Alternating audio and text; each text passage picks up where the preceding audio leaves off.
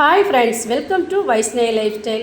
நம்ம சேனலை first time பார்க்குறதா இருந்தால் மறக்காமல் சேனலை சப்ஸ்கிரைப் பண்ணிக்கிடுங்க. பக்கத்தில் இருக்க பெல் ஆல் கிளிக் பண்ணிக்கிடுங்க.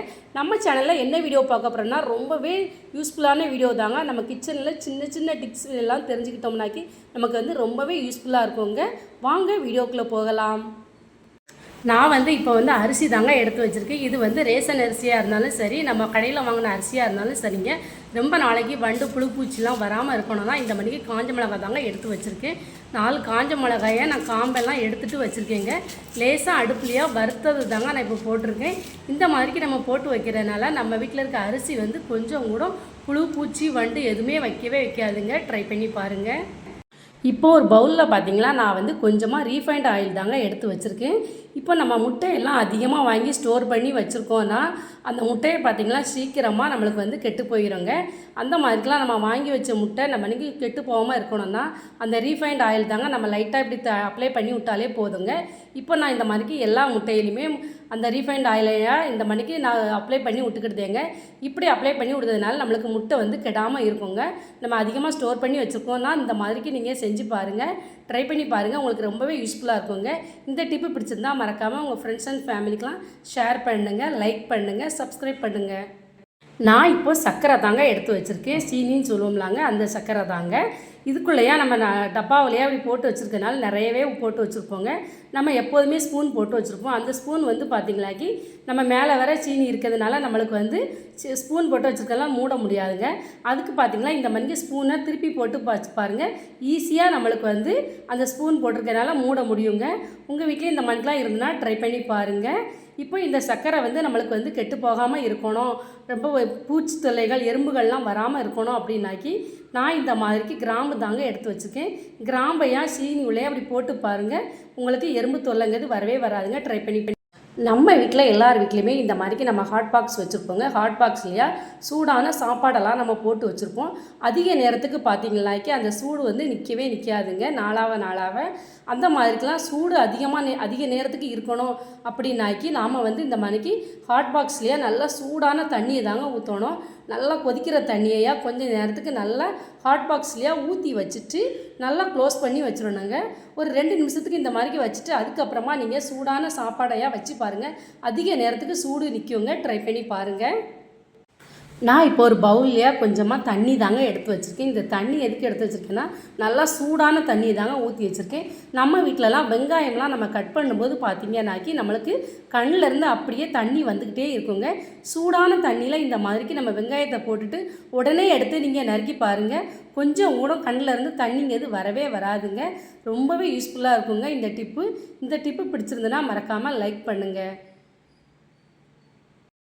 இந்த மாதிரிக்கு புது சீப்பு நாம் வாங்கியிருந்தால் அதில் பார்த்திங்கன்னாக்கி ஒரு விதமான கூர்மையாக இருக்குங்க.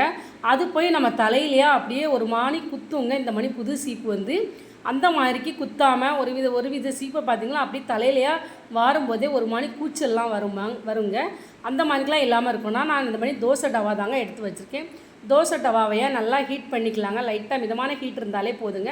இந்த சீப்பையாக நம்ம அந்த தோசை டவாவிலையா லைட்டாக இப்படி ஹீட் பண்ணி எடுத்தாலே போதுங்க. லைட்டாக இப்படி ப்ரெஸ் பண்ணி எடுத்தாலே போதும். அந்த ஹீட்லையா அந்த கூர்மையாக இருக்கிறது எல்லாமே நம்மளுக்கு டக்குன்னு போயிடுங்க. நெக்ஸ்ட்டு நம்மளுக்கு தலை வாரும்போது ரொம்பவே யூஸ்ஃபுல்லாக இருக்குங்க. எந்த வலியும் நம்மளுக்கு இருக்காது. ட்ரை பண்ணி பாருங்கள்.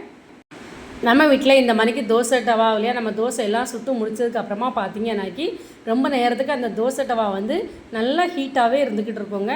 அந்த ஹீட்டில் பார்த்திங்களா நம்ம நம்ம வீட்டில் ஏதாவது வறுக்கக்கூடிய பொருள் போட்டு நம்ம அந்த சூட்டில் போட்டு விட்டோம்னா நல்லா ஹீட் ஆகிருங்க அந்த பொருட்கள் எல்லாமே. நான் இப்போ பொரிகடலை தாங்க எடுத்து வச்சுக்கேன். இந்த பொரிகடலையா நம்ம இதுக்கிட்ட அடுத்த ஸ்டெப்பு போட்டு ஏதாவது போட்டு வறுத்துக்கிட்டு இருக்காண்டாங்க.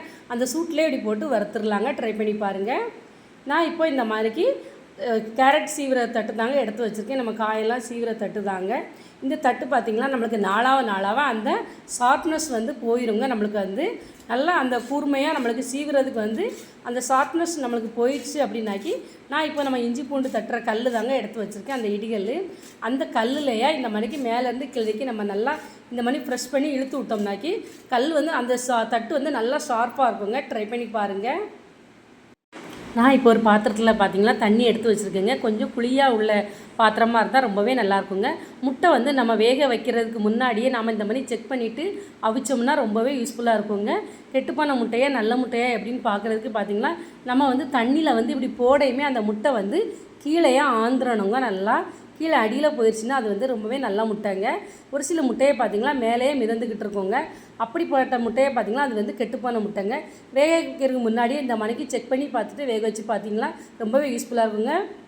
நெக்ஸ்ட் டிப் பார்க்கலாம். இப்போ நான் அந்த மாதிரி வெண்டைக்காய் தாங்க எடுத்து வச்சுருக்கேன். வெண்டைக்காயை பார்த்திங்கன்னா நம்ம வந்து கொஞ்சம் வாடை விட்டுட்டு அதுக்கப்புறமா அந்த மறுநாள் குழம்பு வச்சோம்னா அந்த வெண்டைக்காய் வந்து நம்மளுக்கு வந்து ரொம்பவே டேஸ்ட்டாக இருக்குங்க. உடனே வச்சோம்னாக்கி அந்த பிசுபிசுப்பு தன்மையாக இருந்துக்கிட்டு இருக்கோங்க. ட்ரை பண்ணி பாருங்கள். இப்போ நான் தேங்காய் தாங்க எடுத்து வச்சுருக்கேன். இந்த தேங்காயை பார்த்திங்கன்னா நம்ம உடச்சிட்டு மறுநாள் பார்க்கையுமே பிசு பிசுன்னு இருக்குங்க. இந்த மாதிரிக்கு பிசு பிசுப்பு தன்மை இல்லாமல் இருக்கணும்னாக்கி நான் இந்த மாதிரிக்கு நம்ம நல்லா கழுவிட்டு இதை வந்து ஒரு துணியை வச்சு துடைச்சிட்டு தேங்காய் அப்ளை பண்ணி பாருங்கள். கொஞ்சம் கூட அந்த பிசு பிசுப்பு இருக்கவே இருக்காதுங்க. நம்ம வீட்டில் இந்த மாதிரி தக்காளிலாம் நம்மளுக்கு அதிகமாக வாங்கி வச்சுருப்போங்க. கொஞ்சம் மலிவாக கிடைக்குது அப்படிங்கிற டயத்தில் பார்த்திங்கன்னா தக்காளி வந்து நிறையவே வாங்கி ஸ்டோர் பண்ணி வச்சுருப்போங்க. இந்த தக்காளி பார்த்திங்கன்னா நாளாக அப்படியே 2-3 நாளையிலே பார்த்திங்கன்னாக்கி அப்படியே அழுக ஆரம்பிச்சிருங்க. அந்த மாதிரிக்கெலாம் அழுகல் இல்லாமல் இருக்கணும்னா நம்ம வந்து எண்ணெய் தாங்க இந்த மணிக்கு நான் அந்த காம்பு பகுதியில் எண்ணெய் தாங்க அப்படி இப்போ லைட்டாக இப்படி அப்ளை பண்ணி விடுதேன். இந்த மாதிரிக்கு நம்ம அந்த காம்பு பகுதியில் லைட்டாக அப்ளை பண்ணி விட்டாக்கி நமக்கு வந்து அந்த தக்காளி வந்து கெட்டு போகாமல் இருக்குங்க. எவ்வளோ நாள் ஆனாலும் அந்த தக்காளி வந்து ரொம்பவே நல்லா இருக்குங்க. ட்ரை பண்ணி பாருங்கள். இப்போ இந்த மாதிரி பூரி கட்டை தாங்க எடுத்து வச்சுருக்கேன். நம்ம பூரி கட்டைலாம் பூரி செஞ்சு முடிச்சதுக்கப்புறமா வாஷ் பண்ணி வச்சுருப்போங்க. அந்த கட்டையை பார்த்திங்கனாக்கி இந்த மாதிரி ஒரு கவரில் போட்டு வச்சிட்டோம்னாக்கி மறுநாள் நம்ம எடுத்து பண்ணி யூஸ் பண்ணும்போது நம்மளுக்கு வந்து ரொம்ப யூஸ்ஃபுல்லாக இருக்குங்க. திருப்பி நம்ம அதை வந்து வாஷ் பண்ணிக்கிட்டு இருக்கோம்னா இந்த மாதிரி நம்ம வைக்கிறதுனால பார்த்திங்கனாக்கி நம்மளுக்கு வந்து எந்த ஒரு பள்ளி தொல்லையுமே இருக்கவே இருக்காதுங்க. இப்படி வச்சுட்டாக்கி நம்மளுக்கு வந்து நேரம் வந்து ரொம்பவே மிச்சமாகுங்க. காலையிலலாம் ஸ்கூலுக்கு ஆஃபீஸ்க்கு போகிறவங்களுக்குலாம் பார்த்திங்கன்னா நம்ம பூரி எதுவும் செய்யணும்னா டக்குன்னு இதை வந்து கழுவிக்கிட்டு இருக்கேன்டாங்க. அப்படியே நம்ம எடுத்து யூஸ் பண்ணதுக்கு ரொம்பவே யூஸ்ஃபுல்லாக இருக்குங்க. ட்ரை பண்ணி பாருங்கள். நான் இப்போ வெங்காயம் இந்த மாதிரிக்கு உருளைக்கிழங்கு தாங்க எடுத்து வச்சுருக்கேன். எப்போதுமே வெங்காயத்தையும் உருளைக்கிழங்கையும் நம்ம வந்து ஒன்றடியாக போட்டு வைக்கவே கூடாதுங்க. இப்படி போட்டு வைக்கிறதுனால பார்த்திங்கனாக்கி உருளைக்கிழங்கு வந்து நம்மளுக்கு சீக்கிரமாக முளை கட்டி வச்சு வந்துடுங்க. அந்த உருளைக்கிழங்கு வந்து அப்படியே நம்மளுக்கு முளைச்சி வந்துடுங்க. இப்படி நம்ம உருளைக்கிழங்கையும் வெங்காயத்தையும் ஒன்றடியாக போட்டு வச்சாக்கி இனிமேல் யாரும் அந்த மாதிரிக்கு உருளைக்கிழங்கையும் வெங்காயத்தையும் போட்டு வைக்காதீங்க. இந்த மாதிரி சாம்பார் பொடி தாங்க எடுத்து வச்சுருக்கேன். சாம்பார் பொடி வந்து நம்மளுக்கு வந்து இப்போ தான் புதுசாக அரைச்சிட்டு வந்திருக்கோம்னாக்கி ஒரு சில டக்குன்னு அதில் பார்த்திங்கனாக்கி ரொம்பவே காரம் அதிகமாக இருக்குங்க. அந்த மாதிரி காரம் இல்லாமல் இருக்கணும்னாக்கி இது கூடயா நம்ம வந்து மல்லிப்பொடி தாங்க சேர்த்துக்கிட்டாக்கி நம்மளுக்கு வந்து காரமே இருக்காதுங்க. ரொம்பவே நல்லாயிருக்கும். டேஸ்ட்டும் வந்து நம்ம மசாலாவுக்கு தகுந்தபடி அந்த மல்லிப்பொடியை சேர்த்துக்கிட்டோம்னா டேஸ்ட்டு ரொம்பவே நல்லாயிருக்கும். காரங்கிறது கொஞ்சம் கூட இருக்கவே இருக்காது. ட்ரை பண்ணி பாருங்கள். இப்போ அடிக்கிற வெயில் காலத்துக்கு பார்த்திங்கனாக்கி நம்ம வந்து இந்த மாதிரி எலுமிச்சம்பழம் அதிகமாக வாங்கி ஸ்டோர் பண்ணி வைப்போங்க. இந்த அதிக அளவில் ஸ்டோர் பண்ணி வைக்கிற எலுமிச்சம்பழம் நம்மளுக்கு கெட்டு போகாமல் இருக்கணும், வாடி வதங்காமல் இருக்கணும் அப்படின்னா நாம் இந்த மாதிரிக்கு சமையலுக்கு யூஸ் பண்ணுற எந்த எண்ணெயாக இருந்தாலும் சரிங்க அதை லைட்டாக இந்த மாதிரி அப்ளை பண்ணி விட்டாலே போதுங்க. லெமன் வந்து ரொம்பவே நல்லாயிருக்கும், ஃப்ரெஷ்ஷாக இருக்குங்க. ட்ரை பண்ணி பாருங்கள். இந்த மாதிரிக்கு சிலிண்டரில் பார்த்திங்கனாக்கி நான் இப்போ நம்ம டோர் மேட்டு தாங்க போட்டிருக்கேன்.